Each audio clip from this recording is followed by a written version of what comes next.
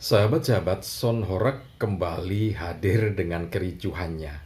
Yang terbaru, kemarin hari Sabtu, tanggal 12 Juli, di wilayah Kota Malang, Son Horeg membuat kericuan ya, meskipun sudah diselesaikan. Tetapi ini menambah deretan kericuan-kericuan yang ditimbulkan oleh aktivitas hiburan Son Horeg ini ya.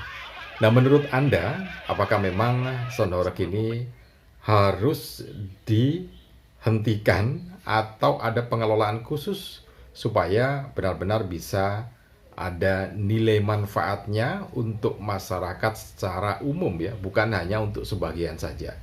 Oke, silakan Anda yang ingin menyampaikan pendapatnya di kolom komentar ya. Dan selamat datang di kajian lebih jauh lagi tentang Son Horeg kali ini.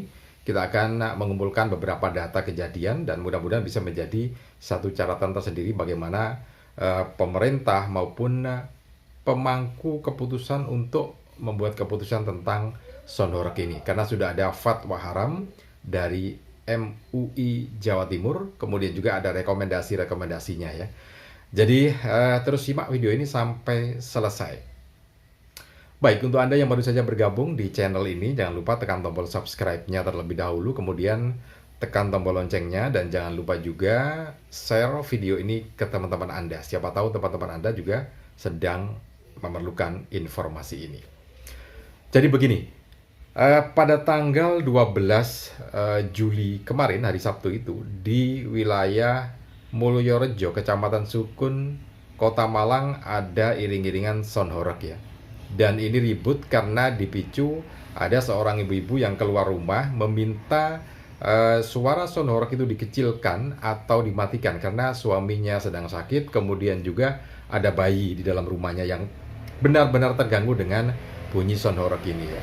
Nah, tapi nampaknya permintaan ini ditanggapi berbeda dan amarah oleh peserta Son Horeg ini sehingga menimbulkan kericuan dan baku hantam ya. Nah, Kepala Desa Mulyorejo, Kecamatan Sukun, sudah menginformasikan atau mengklarifikasi tentang kejadian ini yang menyatakan bahwa ini sudah clear, sudah selesai, dan sudah dicari solusinya, bagaimana nanti kelanjutannya begitu ya. Nah, tapi secara umum, Son Horeg ini memang membawa satu dampak tersendiri ya. Jadi sedang rame-ramenya Son Horeg ini tidak saja di Kota Malang, tapi hampir di seluruh kota di Jawa Timur, kemudian di Indonesia, bahkan juga di beberapa kepulauan yang lainnya ya. Dan atas kejadian di Kota Malang ini, salah satu media yang meliput yaitu Kumparan ini sempat meminta pendapat dari Ketua MUI Kota Malang karena ini kan kejadiannya di Malang ya. Dan Kiai Haji Isrohun Najah, Ketua MUI Kota Malang, menyebutkan Son Horeg ini mudaratnya besar gitu ya, sehingga ya haram karena memang mudaratnya lebih besar. Itu dari Ketua MUI Kota Malang ya. Jadi makanya perlu dicari solusi bagaimana perkembangan dari Son Horeg ini karena bagaimanapun juga itu adalah perkembangan dan perkembangan sebuah budaya, perkembangan teknologi sebetulnya bisa digunakan lebih manfaat untuk kelangsungan hidup ya. Tapi kalau menyita atau merampas hak orang lainnya tentu jadi masalah. Nah, itu dari MUI Kota Malang. Nah, bagaimana dengan MUI Jawa Timur? Oke, MUI Jawa Timur sendiri sudah menerbitkan fatwa. Fatwanya fatwa nomor 1 tahun 2025. Nah, fatwanya seperti apa? Kita simak lebih dalam lagi. Tentang Son Horeg ini, Majelis Ulama Indonesia Jawa Timur sudah mengeluarkan fatwa. Jadi fatwa nomor 1 tahun 2025. Nah, tentang haram ya. Jadi fatwa haram ini. Nah, tentu saja ini sangat menarik perhatian karena sudah sekian banyak kejadian tentang Son Horeg ini yang merampas hak warga, termasuk ketenangan dan kenyamanan karena terganggu dengan suara yang begitu besar dan bising itu ya.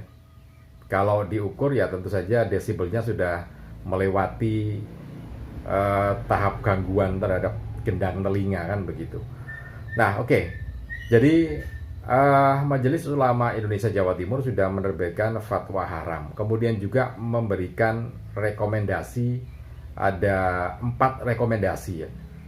4 rekomendasi dari Majelis Ulama Indonesia Jawa Timur supaya pemangku kewenangan itu melakukan hal-hal yang terkait dengan sound horeg ini.